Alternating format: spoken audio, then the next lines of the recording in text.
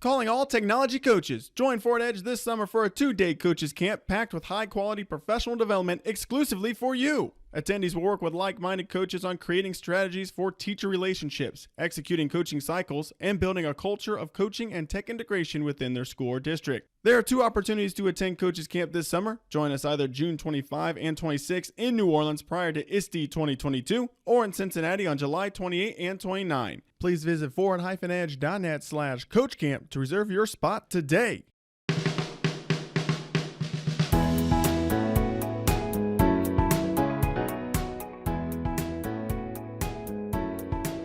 Aloha, I'm Katie Ritter. And I'm Justin Thomas, and this is the Restart Recharge podcast, a podcast by coaches for coaches. We bring you those tips and tricks to help you in your everyday work as an instructional technology coach, or, whatever they call you in your school district. So hopefully you're going to leave this episode with us today feeling just a little bit less on your own coaching island. And look, at the beginning of this podcast, you heard about the Coach Camp promo. Listeners are going to get a promo code here that's RR Podcast in all caps, and you will get $50 off of your registration. Look, this is a unique opportunity to learn how to build culture of coaching and technology integration within your school district and create career-long connections with like-minded coaches. So don't delay. Reserve your spot next to the EdTech Campfire today and use that promo code RR Podcast in all caps to get the $50 off of registration as a dedicated listener to our podcast. And today is going to be an awesome episode because we all just came back from FETC down in Orlando, and we're excited to talk about it, right? Educational technology conferences are a great way to get a grasp on new instructional strategies, education technology tools, and important concepts circulating the world of education. So several members got the chance to go down there at FETC in Orlando, and we are here to bring you the must-know EdTech trends, highlights, and everything else that you might have missed from this year's conference. So whether you were there or you were following along on Twitter from afar, or you didn't even know FETC existed before today, this episode is going to bring you a host of new ideas and insights you can support as an instructional coaching role. So we'll be sharing our top tips, and anyone who might be new to the sometimes chaotic conference scene will have plans for you on how to attend in the future. So we have on here today Megan and Michael. Michael is an instructional design coach from Forward Edge, supporting a one-to-one and blended learning initiative in a rural Southwest Ohio school district. Michael has attended and presented at many different local, state, national, and international educational technology conferences. His driving force in education is to help teachers and students learn to define and achieve what the highest level of success means for them. So welcome in Michael Roush. Hey guys, good to talk to you again. Yeah, glad to have you, Michael. And I have the pleasure of introducing Megan Whitaker, who you may most recently have heard on the podcast in episode 1 of our season 2, inspiring everyone to get out and make something today. So Megan, just to remind you, in case you haven't listened to that episode yet, Megan taught middle and high school Latin for 6 years before joining the Forward Edge team. She now serves as a tech coach in a local school district with a special focus on learning in a maker space. She is a Google certified trainer, and she is passionate about helping students and teachers learn by doing to accomplish their goals. Welcome in again, Megan. Thanks. Happy to be here. All right, so let's get down to it, right? FETC was an awesome conference down there in Orlando. We all were down there checking out the different sessions, presenting, everything like that. So just overall, can you share your experience from attending FETC? And let's start with some of the awesome sessions. What were some really good sessions that you attended that you're just excited to talk about and bring back to the team and bring into your school districts? Well, I'll go first, Michael, if that's all right. I had a really great time at FETC. It's one of those conferences that was way larger than I was expecting it to be. There were seemed like hundreds and hundreds of sessions, right? So I felt like there were all these sessions that I wanted to go to, and they were conflicting with other things, and I wasn't able to make it. But the one thing that really stood out to me was actually the keynote on the first day, which was from Sean Aker. Yeah, I know that you really enjoyed it too, Justin, right? We were sitting next to each other. We were. Actually. With Brooke Conklin. Sorry? With Brooke Conklin. Oh, yeah. But Sean Aker was talking about his book, The Happiness Project, I think is what it was. Yeah. And it's all about the power of positivity and how positive thinking literally changes your brain and your students' brains so that they can like push farther and become more resilient. And it was extremely cool, the actual scientific studies that he was talking about.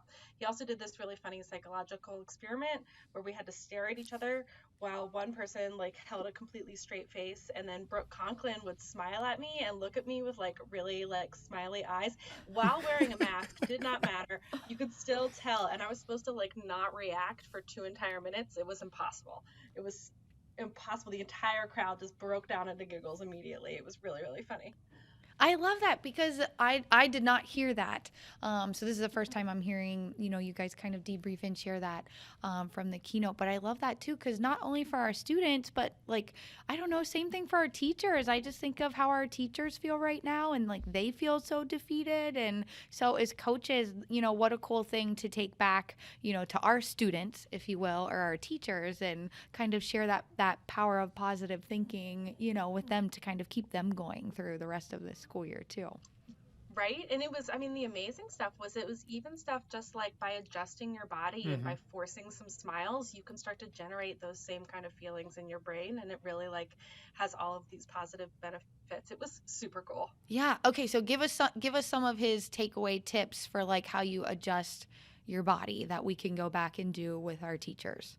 I mean, it's truly like forcing yourself to smile or forcing your eyes to be open, sitting up straight and being open. Like when you do those kinds of things, you're training your brain to feel happy, which is wild. It's like it's almost like muscle memory at that point. If you keep practicing and keep putting yourself in that position, you can totally change yourself and also influence the people around you. Yeah. Did he call it smizing like Tyra Banks did on her? I forget what it was. Top Model, I think it was. Top Model. I don't know if I remember that on smizing, but one thing that I did like from smile with your eyes. Smiling with your eyes, Yeah. okay. But one thing that I really liked too from him was, he said this sounds kind of cheesy, but send an email to someone every single day for what it was like 21, 22 days or something like that, just of what they have done that has really influenced something positive on you. And he joked that said, once you get through like a week, then you're like, I'm done. That's all the people that I know. But he said, no, you got to keep going and just start sending it to all these different people. And it really does like just start to really make you excited and happy about kind of where you are in life with everyone that's kind of helped get you there. I love that. Okay, everyone, expect some emails from me in the coming days. Yeah, no, I'm gonna before Megan goes on to something else, I gotta jump in on the Sean Aker one too, just because for me the thing that resonated after the session with me from him was that concept of bringing joy to the situations you find yourself in and not looking for it after you get there. Because quite frankly, there may be a lot of situations there's just not a lot of joy in. And you can significantly impact the positivity that is taken away, and real positivity, not just some plastic version that comes out of that by bringing joy to the situation, by looking for it. I think by the time we left there, I had pretty well talked everybody into making sure you got on Dr. J's shuttle bus. Oh yeah, at least once. You're gonna have to explain that. About somebody who brought joy to his situation, to where he was. I mean, I literally waited past one bus sitting there waiting for passengers and left, hoping the next one would be his. Just to have another chance to ride that guy's bus. I mean, he was incredible. He was doing a job. He was doing the same job that I don't know how many other 30 other people that were doing, but he brought such joy to the way he did it. It was just so much fun to get on his bus and hear him go into his old DJ banter routine and he was playing Kenny G the first morning that I got on the bus with him. It was old Motown tunes in the afternoon. He didn't have to do any of that. But he he really brought joy to the situation where he was, and it was just so much fun to, in a situation where it was like, okay, I get on the bus and go back to the hotel, or I get on the bus and go back to the convention center now. And it just made such a difference in the way you approached everything. I love that. And I really like that concept of like bringing joy, because I feel like that was almost kind of a theme through the week. And maybe it was because the keynote like really kicked it off that way. But Jill Du Bois, who shout out, she is second grade teacher. She actually works with us part-time. And then she also is an illustrator, author, and has started her own company called Imparted Joy. And the way that she described it when we were sitting at dinner one night, she said, you know, happiness is fleeting, but you cultivate joy, and joy is more long term, and it, you know, it's more sustainable. Mm-hmm. So anyway, just hearing you guys talk about, you know, the keynote and how he talked about joy, it just kind of reminded me of that conversation that took place in another space throughout the week, and made me think of it differently. Of, okay, you know, don't think about being happy in the moment, but like, how can we long term find the good, find the bright spots to make more sustainable joy in whatever we're doing, no matter how big or small our role is in the whole system here. So. Oh yeah, and I got 2 points on that. The first is, I mean, I closed down the expo hall, I think, the second day, and I was walking out. I figured everyone was long gone. You're trying to get those last giveaways. I was trying to get the last giveaways. But then I got on the bus, and there's Michael sitting there because it's Dr. J's bus, and that was where he purposely waited for the next bus. And I was like, I thought you were gone like hours ago. And he's like, I got to get on Dr. J's bus. So that was, you know, exactly like what you said, where it was a fun little tidbit that he didn't have to do, but he was doing that, and it was, you know, getting everyone excited and everything, whether they're going to the conference center or if they were heading back to the hotel.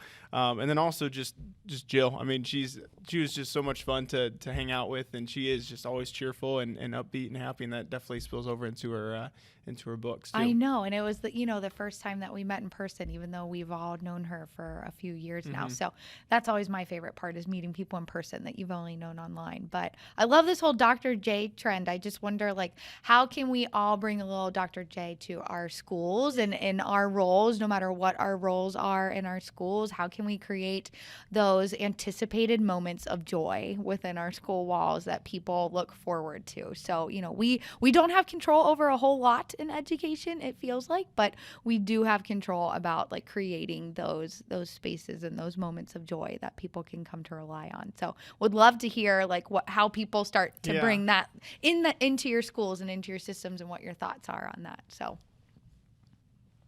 Michael, did you have a, I mean, we all kind of talked about the keynote. It was perfect, but any other sessions that kind of stood out to you that you attended? I did. I had a chance to go into a George Couros session. Yep. I didn't even know he was going to be there.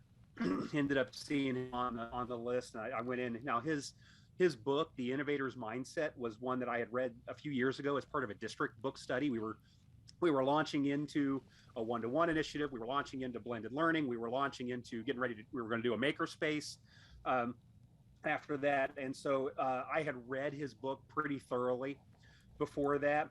I had seen some videos of his. I had never actually heard him speak in person. And so I took the chance to go see his. And the big thing that I really took out of his presentation, which was all just really stellar, was the difference between student engagement and student empowerment. That we oftentimes we look for student engagement. We look for ways to grab students' interest. We look for ways to hook them into something and then transition them into what we already had kind of made ready that we want to get them into. And that's fine. We need to do what kind of like we were just talking about making helping to make school as much of a joyous place as possible for students, for the people we work with, people we work for. But that idea of tapping into student empowerment, it's hard to convince students that they have the capacity to change the world when they're still asking for permission to go to the bathroom. And so George really talked a lot about this idea of student empowerment, that if you want students to sustain interest, and you don't want to have to keep answering the question every day, why are we doing this? Why does this matter? Let them do something that matters. have them doing something that really does take into consideration the kind of world they want to build. You can do that in any grade level. You can do that in any subject area. You can do that, with any student you have, low to high. But that whole idea of student engagement versus student empowerment, that was a message that just really settled well with me to take back. Awesome. Yeah, and I got a chance to attend one of his sessions too, and we were kind of talking about it, Michael. But I mean, he's very much as a speaker as like Joe Sanfilippo, where you just feel like you're ready to just go, you're ready to just like run through a brick wall, and get after it. And I mean, he had some really, really great kind of comments and things like that, talking about how when he was like a principal, he noticed that there's all the portraits of all the previous principals that were up there, but like no one ever was looking at it. So he changed that. He took all of them down and put up pictures of the kids in the school, and just it really was a talking point for the school. Kids would come in and see if they were up on the wall and stuff like that, and just things along those lines. He had a really funny quote in that because before he was able to take all those pictures down, people were like, "You can't take those pictures down. It's tradition." And he said, "Tradition is peer pressure from old people." So a little bit of a funny quote there that I really liked. But I mean, he really is. If you are ever at a conference and you get a chance you see that he's presenting, I definitely would suggest going in and taking a listen, because he really is a great speaker and has some really good ideas on really how do we kind of reframe education from the student's perspective. I love it. Justin, what about you? I know you've kind of seen or, added to Megan and Michael here, but is there anything separate from maybe what they have mentioned, standout sessions that you got to see? So I really enjoyed both of those sessions. I kind of jumped in there with them on. Another one that I actually just kind of stumbled upon was one from a social media perspective. Mm-hmm. And it was I believe she teaches kindergarten. Her name is Mackenzie Southard. She's on TikTok as Miss Southard. And she had a really cool perspective because she's teaching kindergartners and I mean, these are young students, right? And they're like wanting to show her like these TikTok videos and things that they've found. And it's one of those things where, you think of social media and you know that there's a lot of funny things, a lot of great things out there, but there's also a lot of, not so great things that are put out there. And she realized, I mean, these are my kids. They're not even technically, by social media standards, supposed to be using social media on the age range, but here they are using it. So she kind of took that as a opportunity to make a social media presence that was like for good for students, like a positive role model where students could check out and see like what she was talking about and things like that, and just her life as a teacher. Now, she didn't put like her students on social media, but some of the stories that happened in the class, and as we know, those elementary students, it gets wild in there at times. So she just put out all those funny stories and everything like that, and just it was really cool to see that. I mean, she made a comment that students are going to be using social media regardless on if you tell them that they can or can't. So why not take that as an opportunity to do something positive with it and be kind of a positive role model for the students? I love it. What kind of tying into Michael, your example with, really empowering the students, Mm-hmm. right? So really connecting to that real world authenticity for them. Okay, guys, I'm going to ask you, was there anything that you saw like someone else doing? Maybe it was like a PD. I'm thinking like for our coach listeners, right? That might be like, hey, there was this cool activity that I want to do with my teachers when I get back, or I really like the way they led this PD or did this. Was there anything like that you saw that you thought, I'm going to go back and do this for my teachers? One thing that I can jump on this one, the time frame for the workshops for the concurrent sessions was 45 minutes, which for some people feels like a long time until you're actually in there presenting in it, and then some odd thing happens with the space-time continuum and 45 minutes turns into about 12 seconds. Yeah. It feels like That's the truth. There was a big difference between the presenters who came in trying to put 90 minutes worth of material in 45 minutes and the presenters who came in understanding what 45 minutes looked like and not trying to do or say too much.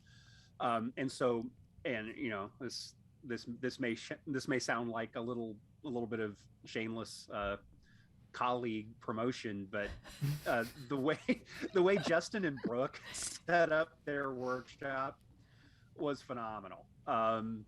It was kind of a choose your own adventure workshop. They had like 8 things ready to go. And it was like, you know what? 8 things are not going to fit in 35 minutes. Y'all who showed up, or 45 minutes, y'all who showed up, pick 3.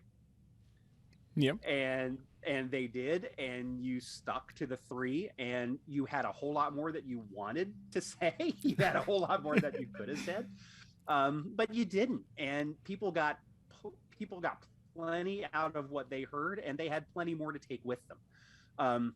It probably feels a little weird to go in knowing that preparing 8 things and I'm not going to use 5 of them. So that just takes a little extra prep on our part that's something that I took with me to take back to the school where I'm working. It's like, you know what? If I need to go into a room with 4 things ready to go, knowing that I'm only going to use one of them, that's fine, because the one that I use is going to be the one that's the right one out of that material that I brought in with me.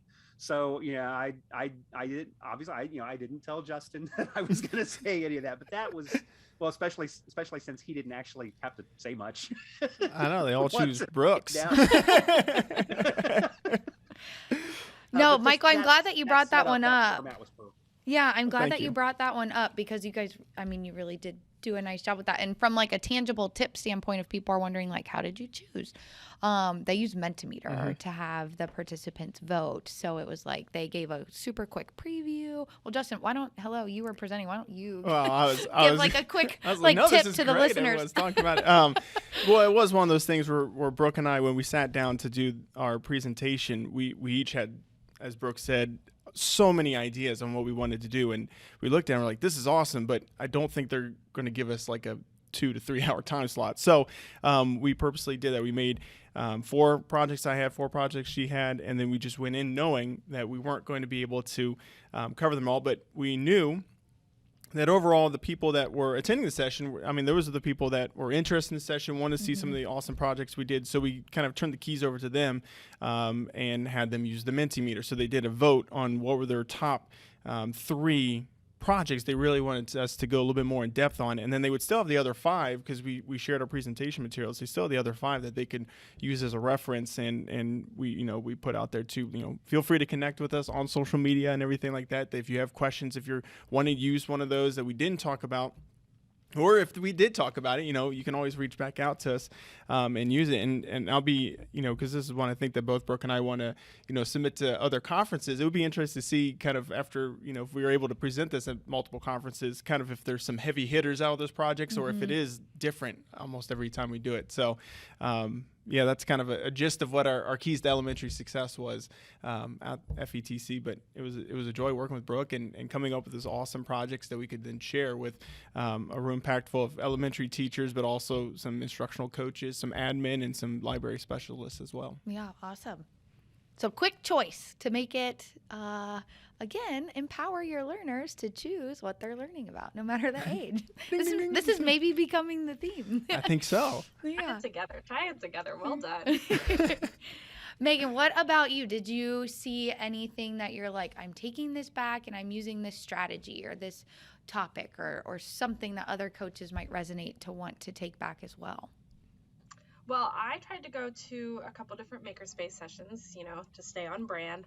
But there was one session in particular that I went to where she had, before the session even started, she had people logging in and putting virtual stickers on a stick together board, which I don't know if you've ever heard of it, but it's just like basically like a giant collaborative paint by number, and you get in there and there are a bunch of different letters and you have sticker colors that are virtual stickers and you put them together on the thing. And so she had 80 people in this room on this giant paint by number putting it together virtually. And then she was like, it's just kind of a mindless thing, so you can do it while we're talking. And I thought it was so brilliant, because then she started having a conversation about mostly elementary making and bringing literacy into making, but the whole time while she's talking about all these things and showing all these different examples of books and tools and stuff, we're all like collaboratively making something new that wasn't there before. And that was just like a cool experience to like send home the power of creating something.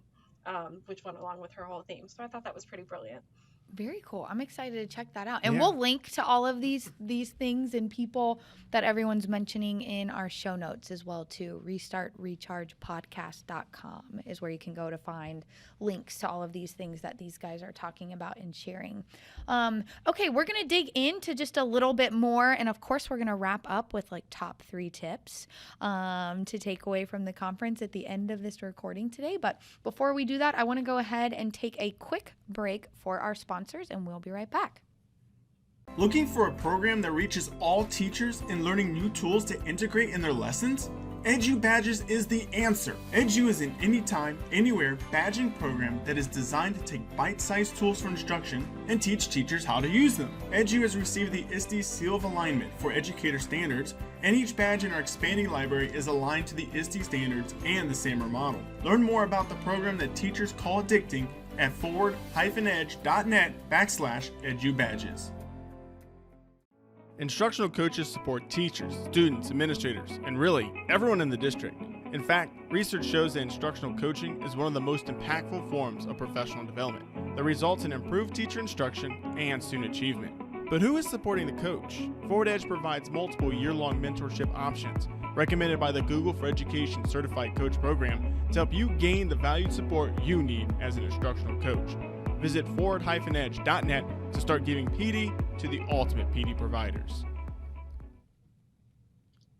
Okay, welcome back, everyone. We are here with Michael Roush and Megan Whitaker talking about all things from FETC, which I don't think we said it, but it stands for Future of Education Technology Conference. So it was just held in Orlando last week. I don't even know if we're all completely unpacked and, Just barely, I think. and well rested from the conference. So we are recording while it's all still fresh in our brains to bring you the best of what we saw to share. So we were just talking about some of the best sessions, and I think we're going to move on to maybe some things in the vendor floor. So Justin, I'll let you take it away. Well, yeah, we know that conferences have some really great sessions and keynotes and everything like that, but it's also got a giant expo hall with just about every possible educational platform that's ever existed in the world is out there. So just overall, was there anything that stood out to you as you try to navigate through the expansive expo hall that was there at FETC that really caught your eye? Well, I'm going to cheat because this actually was not in the expo hall, but they have a representative there who's really big on Twitter. We'll allow it. But if you are not using Canva has a bunch of new updates coming through in these next couple weeks that they kind of started last week at FETC, and they're rolling them out.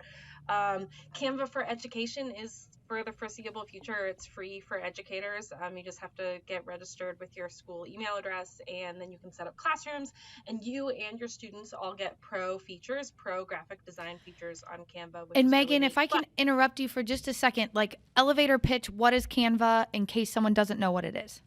Excellent question. Canva is a free graphic design website. You can make pretty much anything with it.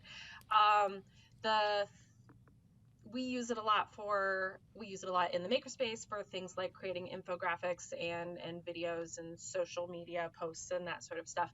But the cool things that are rolling out with Canva are they have started adding in different kinds of data visualization tools, so you can bring in like your Google Sheets charts and stuff to make some really neat, again, infographics and posters. They're rolling out tables this week where you can have editable tables.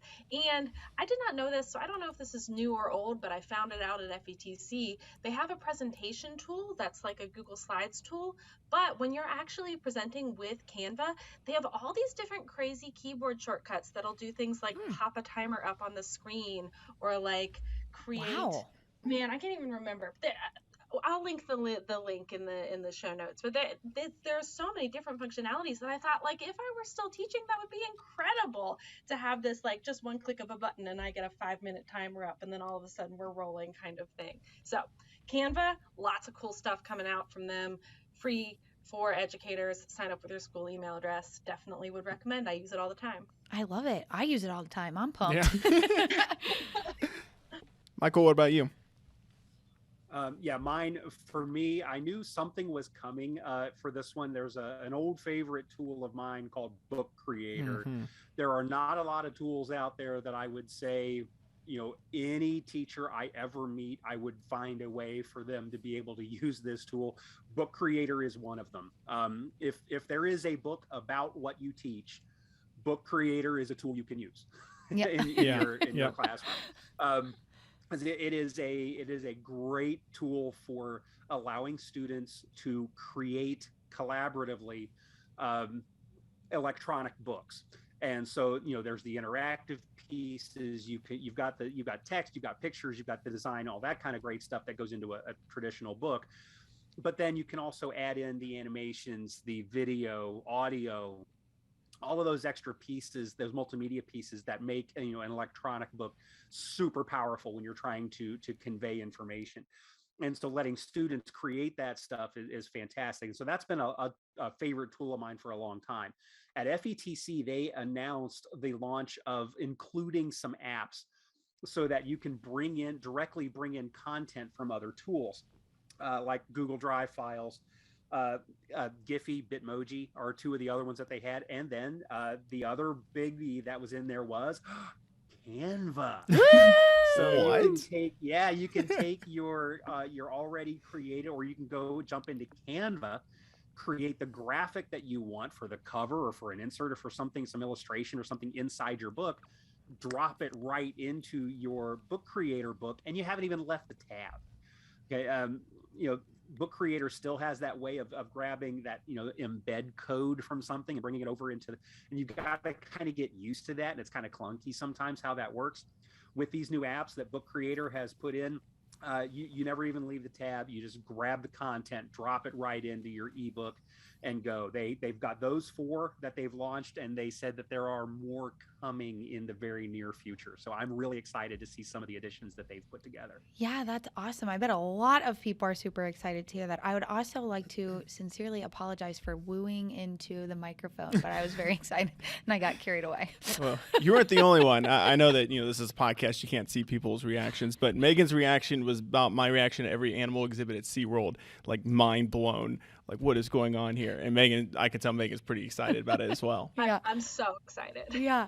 Justin, what about you? What did you see that you want to share out with the listeners? So one that I actually saw at the Expo Hall, I walked up, I saw people doing it. I was like, I got to check this out. And it turned out to be something that it wasn't even what I thought. So I'm walking through the Expo Hall, and there's people that are like jumping and running on these little like plates. And I'm like, okay, what's going on here? So I go over there, talk to him, and I'm expecting it to be some sort of like physical education, interactive game that's hooked into the computer and everything like that.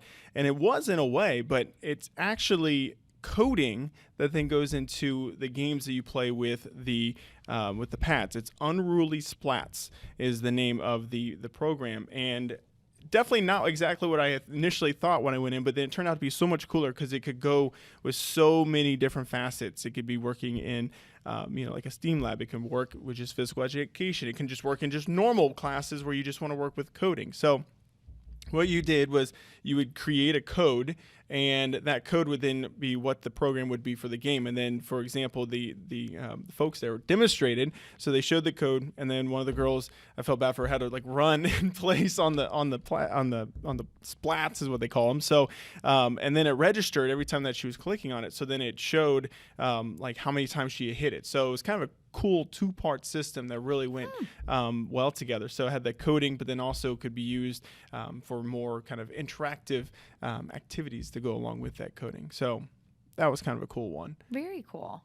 Another one that I think we've all been kind of raving about here comes from Microsoft. It's their Translator program that they have, and it's awesome. It's a situation where we could be here talking, and then through, like, we'd be on Zoom or something, we'd be talking, and what it would do is we could talk to people in China, and it would come through, and they could talk back in Chinese, and they could hear us in Chinese, even though we're speaking English, and then they could talk in their native language, and then it comes back to us in English. So a really cool translation feature that allows for just that quick discussions with people that are speaking different languages, but it's just instant on how it can communicate back and forth, because when we're speaking a certain language, it's picking up and it is registering it out to then be spoken out in a separate language.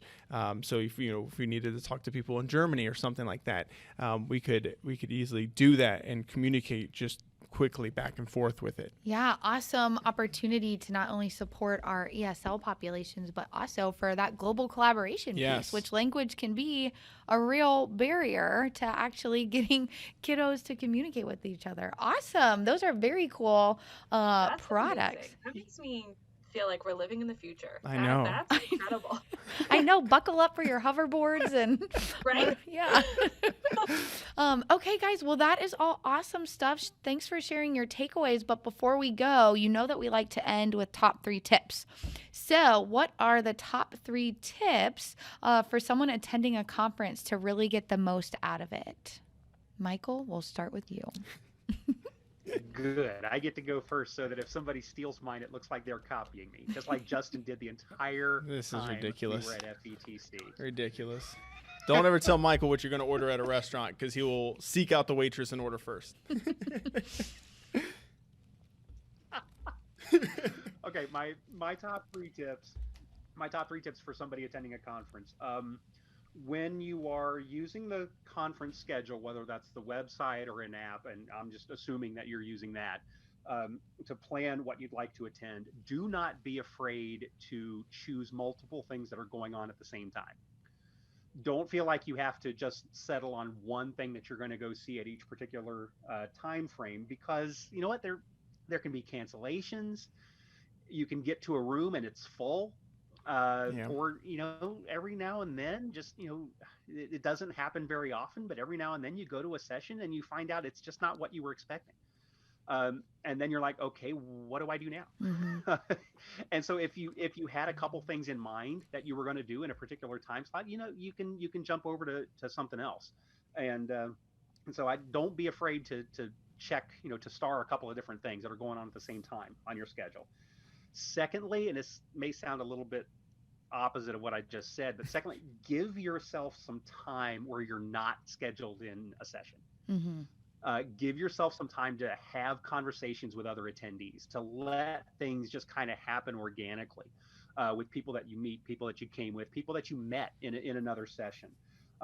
Those new connections, they can turn into contacts, they can turn into social media contacts, and really grow your PLN so that the learning keeps going long after you leave the conference space.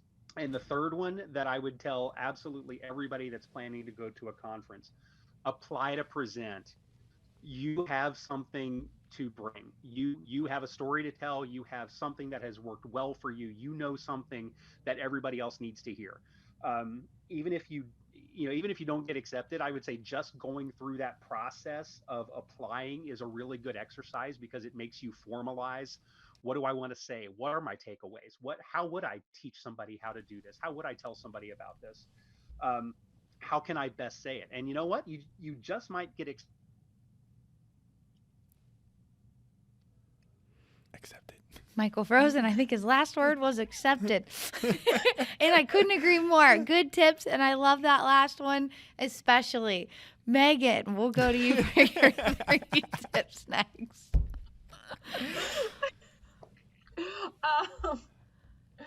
Well, my 3 tips. For my first tip, I have to echo what Michael said about don't be afraid to overstar. But my little asterisk on that is don't be afraid to get up and leave if it's not what you thought it was. Mm-hmm, I know so many, especially if it's your first time conference, people start to feel really awkward about walking out of a room, especially if there's maybe not that many people in a room. But presenters expect that some people are going to trickle out as they start talking. Oftentimes, presentation descriptions are vague, session descriptions are not clear, and you came in thinking it was one thing, or maybe you came in thinking it was coaches and it turns out it's directed at principals or it's directed at teachers, and you're just not going to get something from that session.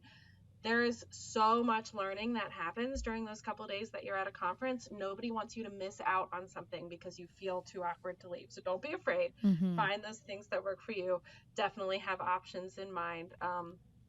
And don't go out right in the middle when they're in the middle of a sentence. Be polite about it. But at the beginning, slip on out if you feel like it's not going to be for you. My second tip is tour the expo hall. I always do find some new gadgets and stuff that I've never heard of before, especially if you're in STEM. They always have people there with like any kind of robot you can imagine, and like different kinds of physical coding things like the splat things that Justin was talking about.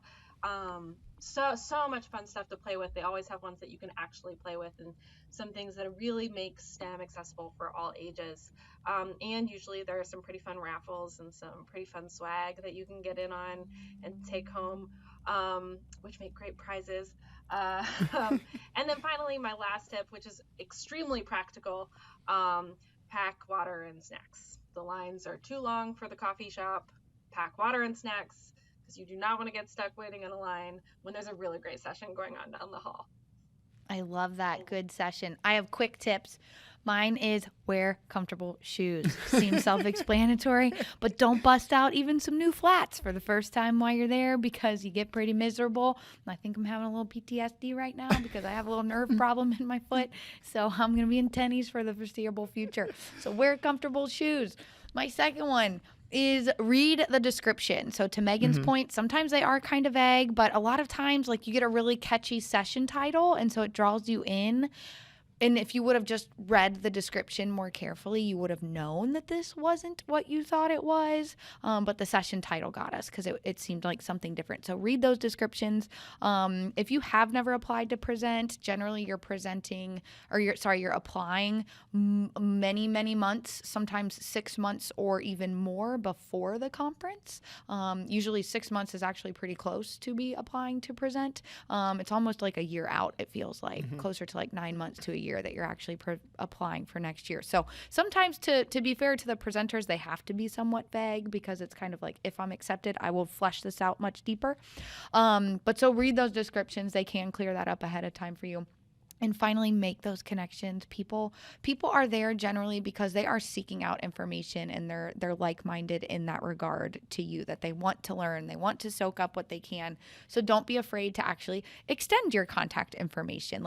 Sometimes people are like fairly shy. So, you'll get the point pretty quickly if someone's not into talking and they just need a minute like to themselves because they've done so much talking throughout the day. But don't be afraid to actually extend your contact information, especially exchange those Twitter handles, and plan to meet those people in person. Justin, I know you got to do something super cool. So I don't know if you have any different tips that you would share as well. Well, it's really kind of a combination of everything that's kind of been said, but definitely make connections. I mean, network when you're there. Kind of to your point, I've been participating in the hashtag FETC chat. So it was cool because they actually had a meetup where then I got to actually meet in person the people I kind of interacted with via Twitter. So that was kind of a cool moment, and that was kind of a session to an extent that was planned in there, but definitely something to, just connect with people that, we're all like-minded individuals there. They were all there to check out some really cool sessions and see what amazing things people are doing in other schools and how we can take that back to our school. So definitely make those connections. I agree with all of you on,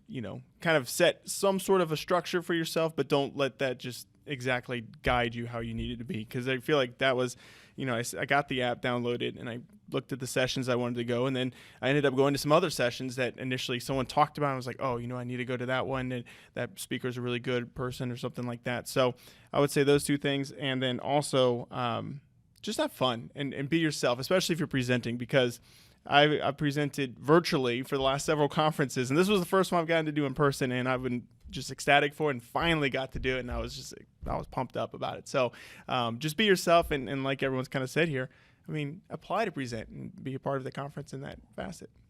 Awesome. Well, Megan and Michael, thank you so much for being with us today. We really appreciate all of your insights.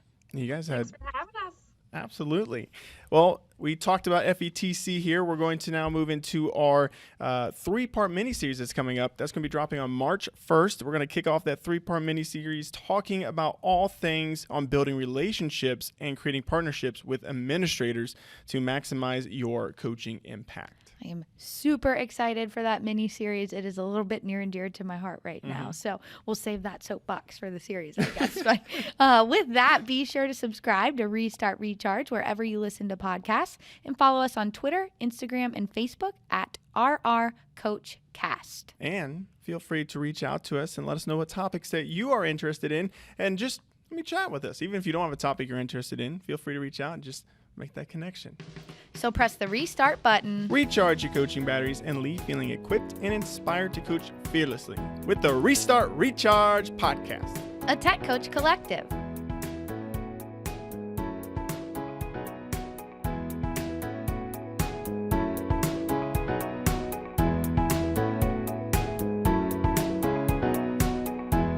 Can you hear them out there? Yes. Rascals.